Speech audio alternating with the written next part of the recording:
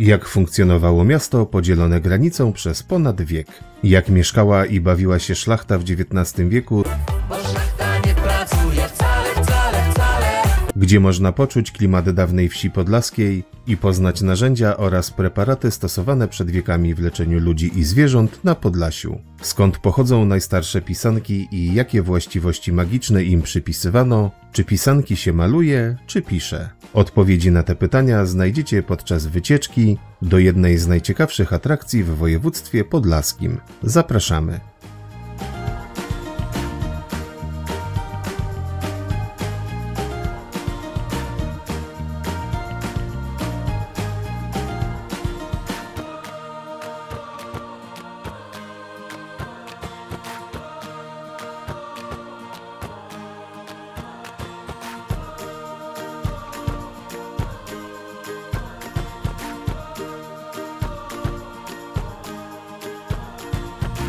Dzisiaj zabieramy Was na wycieczkę do Muzeum Rolnictwa w Ciechanowcu, położonego w województwie podlaskim. Jest to jedna z głównych atrakcji turystycznych na Podlasiu, gdzie możecie poznać historię i tradycje polskiej wsi oraz kulturę ludową. Na terenie o powierzchni blisko 30 hektarów znajduje się zespół pałacowy z dworem starzeńskich, wozownią, stajnią i oficyną oraz blisko 60 obiektów zabytkowego budownictwa wiejskiego z pogranicza Mazowsza i Podlasia. Dodatkowo warto odwiedzić Muzeum Pisanki, które posiada imponującą kolekcję barwnych dzieł sztuki. Dołączcie do naszej wycieczki i odkryjcie, co warto zobaczyć i jakie atrakcje oferuje skansen i Muzeum Rolnictwa w Ciechanowcu.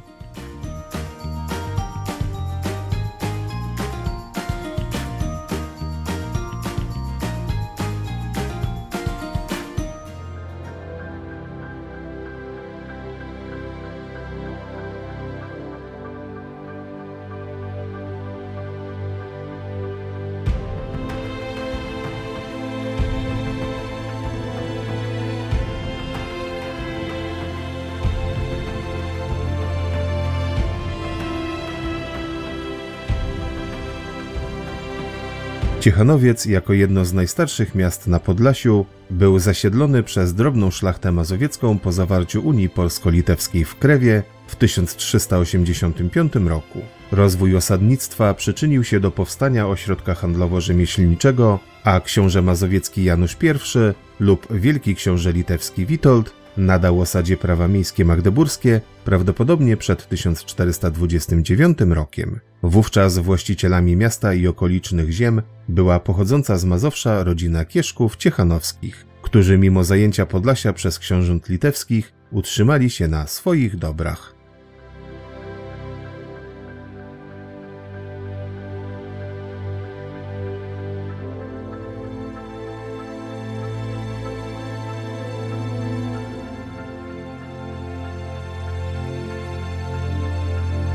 Kolejnymi właścicielami miasta były rody Jabłonowskich i Ossolińskich. To właśnie tym ostatnim Ciechanowiec zawdzięcza budowę murowanego kościoła Świętej Trójcy i szpitala sióstr miłosierdzia prowincji litewskiej.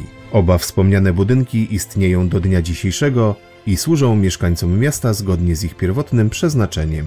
Ich twórcą był Jan Adrian Kluk, zubożały szlachcic warmiński, który został sprowadzony do Ciechanowca przez ówczesnego właściciela miasta. Pewnie nie zasłynąłby on specjalnie, gdyby nie jego syn, ksiądz Jan Krzysztof Kluk, który m.in. sprawował posługę duszpasterską w Ciechanowcu. Jednak znany był przede wszystkim z działalności naukowej i edukacyjnej. Spod jego pióra wyszło 14 tomów dzieł przyrodniczych, w tym 2 pierwsze polskojęzyczne podręczniki do nauki botaniki i zoologii.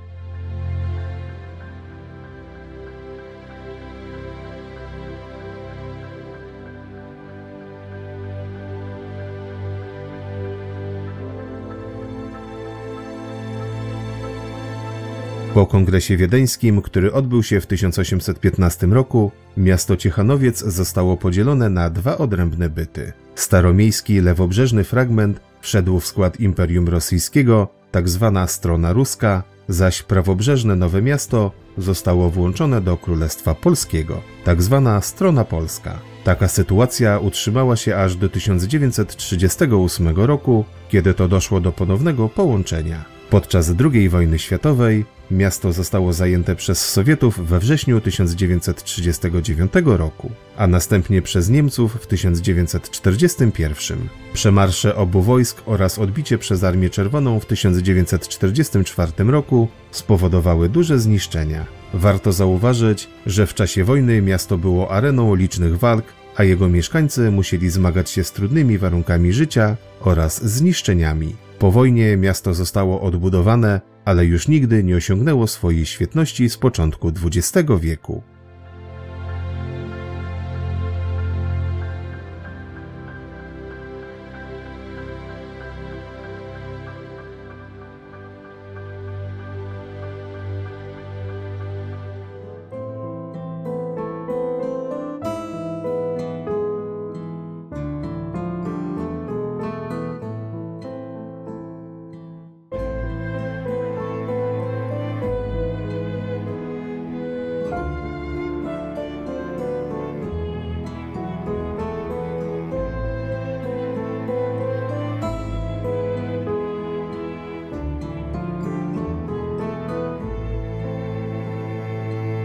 Pierwsze informacje o majątku Nowodwory w Ciechanowcu pochodzą z połowy XVI wieku. Początkowo drewniany dwór stanął w miejscu wcześniejszego gotyckiego zameczku obronnego, ufundowanego przez ród Kiszków. Mimo to o kolejnych 2 wiekach istnienia rezydencji magnackiej w Nowodworach wiemy stosunkowo niewiele, żeby nie powiedzieć prawie nic. Jednakże w 1815 roku wzmiankowany jest już dwór murowany należący do Antoniego Szczuki, który w połowie wieku sprzedaje go rodzinie Starzeńskich. To właśnie przedstawicielom tego rodu zawdzięczamy największy rozkwit Ciechanowca.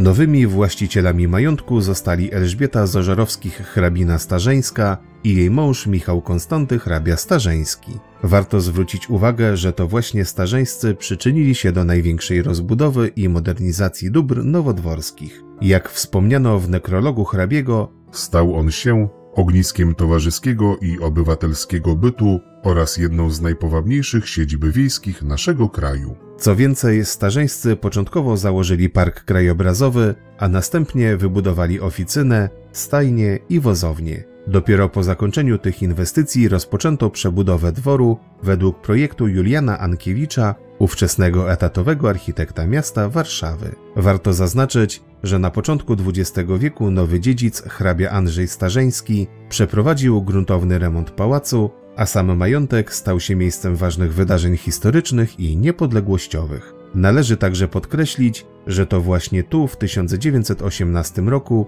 formowały się pierwsze oddziały późniejszego 10 Pułku Ułanów Litewskich. Kolejny z właścicieli, Michał hrabia Starzeński, rozpoczął w latach 20. XX stulecia ambitne przedsięwzięcia gospodarcze, dzięki którym majątek rozwijał się aż do wybuchu II wojny światowej.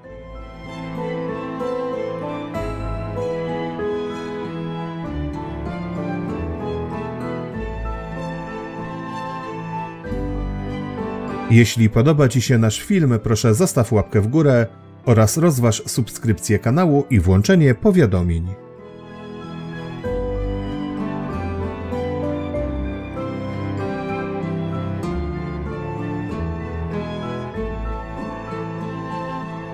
W pierwszych dniach września do Ciechanowca wkroczyli Niemcy, jednak już w nocy z 25 na 26 dotarły oddziały sowieckie. Pełni zapału do walki czerwonoarmiści z nudów wyrżnęli szablami liczące około 500 sztuk stado owiec. Z pałacu zostały wyniesione wszystkie meble, obrazy oraz niezwykle bogata biblioteka i spalono je na dziedzińcu. Następnie w pałacu ulokowało się dowództwo sztabu Armii Czerwonej, które zajmowało go do 22 czerwca 1941 roku. Tego dnia, tuż po rozpoczęciu operacji Barbarossa, Sowieci podpalili pałac i uciekli. Gdy pożar wygasł po 3 dniach, z dworu pozostały jedynie ruiny. Po wojnie zniszczonym pałacem nikt się nie interesował. Jednakże w 1962 roku zawiązało się Towarzystwo Miłośników Ciechanowca, które miało na celu utworzenie w mieście Muzeum Rolnictwa. Na siedzibę wybrano majątek w Nowodworach z klasycystycznym pałacem, który odbudowano w latach 1966–1969. Od lat 90. XX wieku Muzeum Rolnictwa imienia księdza Krzysztofa Kluka ma tu swoją siedzibę.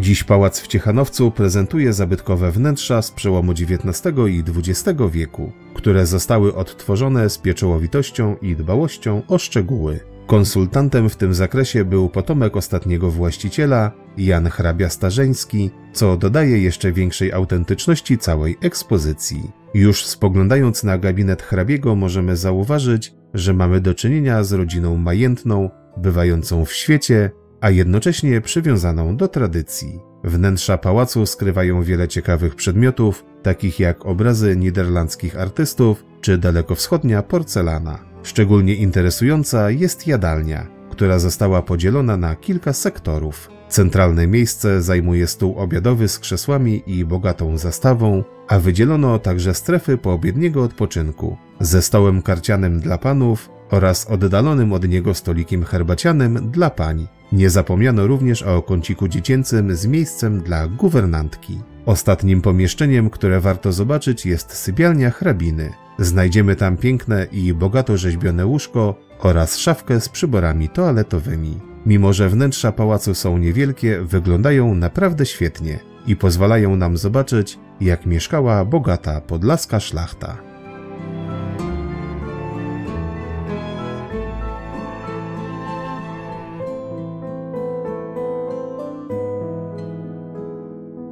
Już teraz możesz zabrać ze sobą nasze audioprzewodniki i słuchać ich podczas zwiedzania. Znajdziesz je wpisując Razem w Polskę na Spotify i w podcastach Google.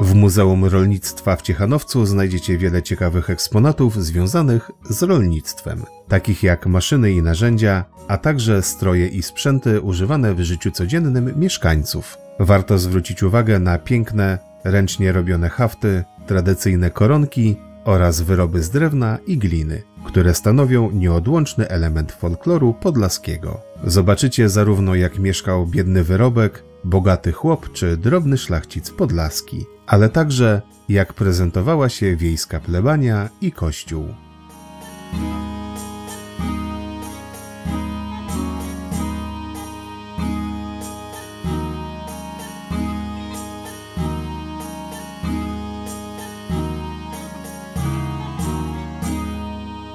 Skansen w Ciechanowcu to blisko 60 obiektów, w tym m.in. drewniane chałupy, stodoły chłopskie, warsztaty oraz kościół i wikarówka. Wszystkie zostały translokowane, pięknie odrestaurowane i urządzone w taki sposób, żeby odzwierciedlały życie polskiej wsi z różnych okresów historycznych. Zostały one dobrane w sposób, który pozwala na prezentację różnych typów architektury i techniki budowlanej regionu. Najciekawsze budynki to przede wszystkim pochodzący z XVIII wieku kościół z dzwonnicą, XIX-wieczna wikarówka, wiatrak-koźlak, kompletna zagroda drobnoszlachecka i tzw. zakątek białoruski z chatą i stodołą. Poza nimi znajdują się w skansenie budynki gospodarcze, lamusy dworskie, kuźnia, maneże z unikalnymi konstrukcjami kieratów oraz obiekty małej architektury, kapliczki, studnie z żurawiami, ziemianki i sławojki. W środku chat możemy zobaczyć,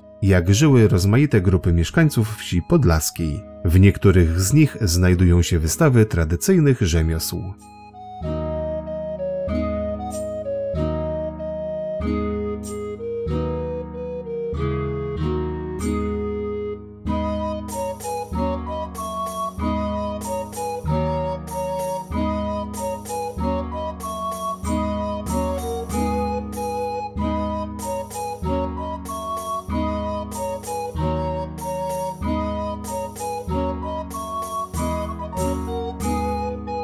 Wśród ekspozycji Muzeum Rolnictwa wiele wyróżnia się oryginalnością, ale przede wszystkim wystawa w stajniach poświęcona historii leczenia zwierząt w Polsce. Jej eksponaty i aranżacja stawiają ją w pierwszym szeregu wystaw tego typu w Europie. Dodatkowo w 3 salach obejrzeć można bogate zbiory narzędzi weterynaryjnych, podków, leków oraz pamiątek historycznych, które ilustrują historię leczenia zwierząt. Należy zauważyć, że niezwykle ciekawą ekspozycją jest również wystawa poświęcona ziołolecznictwu, przygotowana w formie ogrodu botanicznego. Doboru roślin dokonano na podstawie XVIII-wiecznego rejestru zawartego w dykcjonarzu roślinnym księdza Krzysztofa Kluka i nimi obsadzono kwatery. Co więcej, na tabliczkach znajdują się nazwy, pozyskiwane z nich surowce oraz choroby, na które je stosowano. Należy zaznaczyć, że specyficzny charakter tej wystawy podkreślony został poprzez zachowanie oryginalnego, zastosowanego przez Kluka nazewnictwa chorób i gatunków.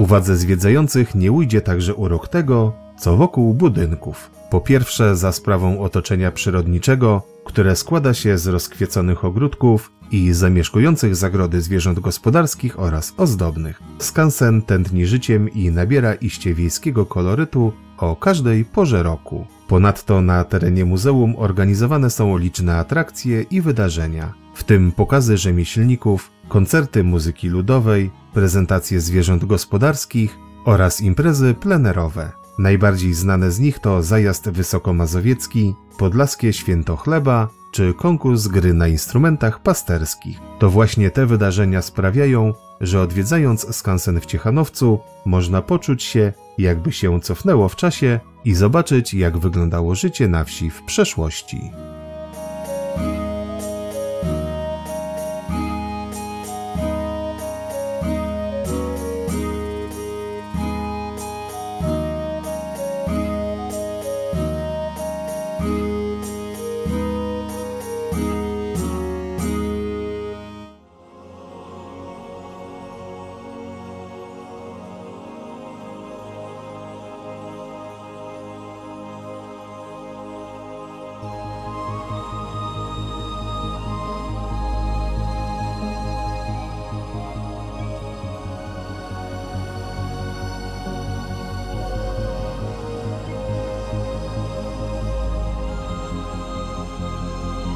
Tak jak nie wyobrażamy sobie Bożego Narodzenia bez choinki, tak również nie ma mowy o Wielkanocy bez kolorowych jajek. Zajmują one honorowe miejsce zarówno w koszyczku ze święconką, jak i na wielkanocnym stole. Historia pisanek jest niemal tak stara jak świat. No, może trochę przesadziliśmy, ale najstarsze z nich pochodzą z Asyrii i liczą ponad 5000 lat. Dziś jajka zdobi pół świata, a zajęciu oddają się nie tylko gospodynie, ale również wielcy artyści, performersi oraz całe narody. Niezwykłą kolekcję ponad 2500 kolorowych jajek, pochodzących z różnych zakątków świata, można obejrzeć na wystawie w Muzeum Pisanki w Ciechanowcu.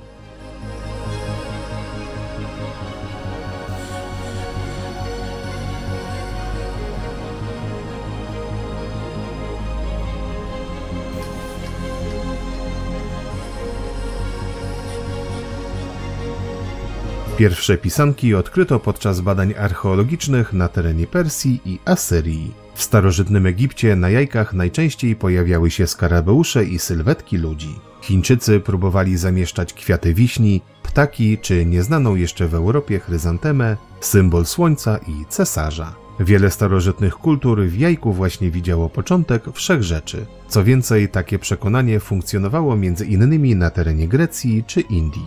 Nieraz zresztą jedno nie wystarczało. Według fińskiej legendy świat powstał z 6 jaj i to złotych. Warto również zaznaczyć, że jajko to nie tylko symbol życia, ale również siły broniącej przed wszelkim złem. Ponadto malowidła na nich były przede wszystkim znakami magicznymi, które miały chronić jego posiadaczy, dom i obejście przed złymi duchami, urokami, czarami i chorobami.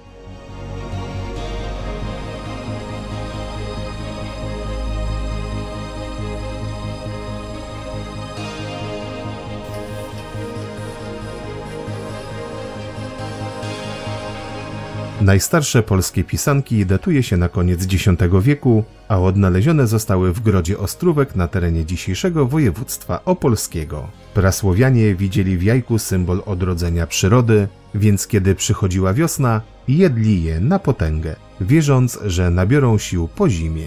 Ponadto jajka dostawało bydło, a dla zapewnienia plonów rozrzucano je po polach. Zakopywano je przy wejściach do domu i do pozostałych budynków gospodarczych. W wodzie, w której były skorupki pisanek, myto noworodka, co miało zapewnić mu zdrowie. Niemniej jednak pogańskie zwyczaje nie przypadły do gustu duchownym chrześcijańskim i przez 200 lat Kościół toczył z jajkiem wojnę. Swego czasu nawet zabraniał jedzenia jajek w czasie Wielkanocy. W końcu musiał je zaakceptować, ale żeby wybrnąć z patowej sytuacji, przekonał wiernych, że jajko jest symbolem zmartwychwstania. Obecnie uroczyste śniadanie w niedzielę wielkanocną poprzedza dzielenie się poświęconym jajkiem.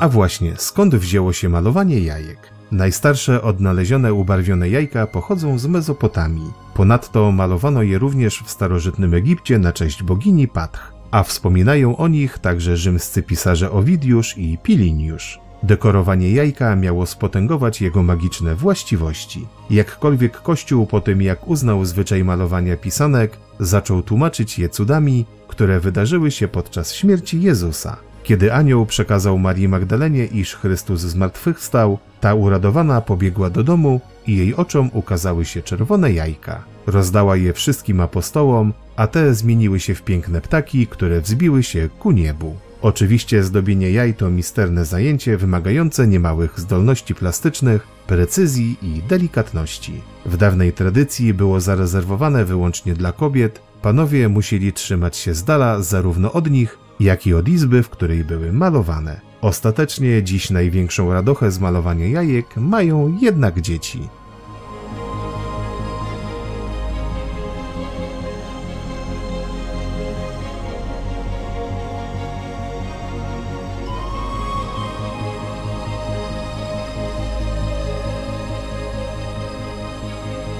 No właśnie, czy pisanki się pisze, czy maluje? Warto zauważyć, że pierwsze pisanki powstawały przez rysowanie, dawniej nazywane pisaniem, na skorupce gorącym roztopionym woskiem, a następnie zanurzaniu jajka w barwniku. Należy jednak zauważyć, że kolor uzyskiwano dzięki naturalnym pigmentom pozyskiwanym z cebuli, liści brzozy, buraków czy w późniejszych czasach z kawy. Co więcej, jako narzędzi do pisania używano szpilek, igieł, kozików, szydeł, słomek i drewienek. Mimo to sposobów na zrobienie pisanki jest bez wątpienia więcej.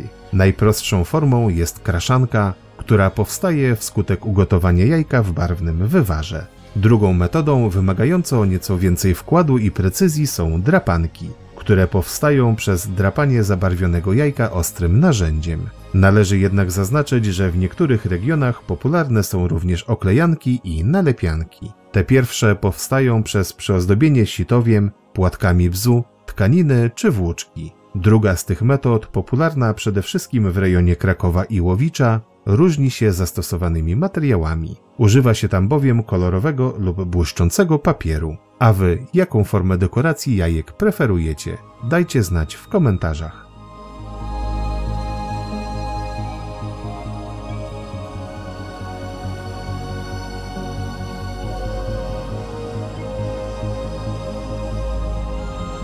I choć tak naprawdę nieważne jak zdobicie jajka, to warto wpaść na chwilę do Muzeum Pisanki w Ciechanowie i zobaczyć, jak robią to inni. W końcu jest tu wiele okazów, które warto zobaczyć. Ponad 2,5 tysiąca małych dzieł sztuki pochodzi z różnych regionów Polski, Ukrainy, Czech, Chin, Kenii, Japonii i wielu innych krajów. W kolekcji są pisanki pisane woskiem, malowane, oklejane kolorowym papierem, sitowiem i kolorową włóczką, a nawet makiem i ziarenkami ryżu. Wszystkie różnią się wielkością i techniką zdobienia, ale są niezwykle piękne i choćby dlatego warto tu zajechać.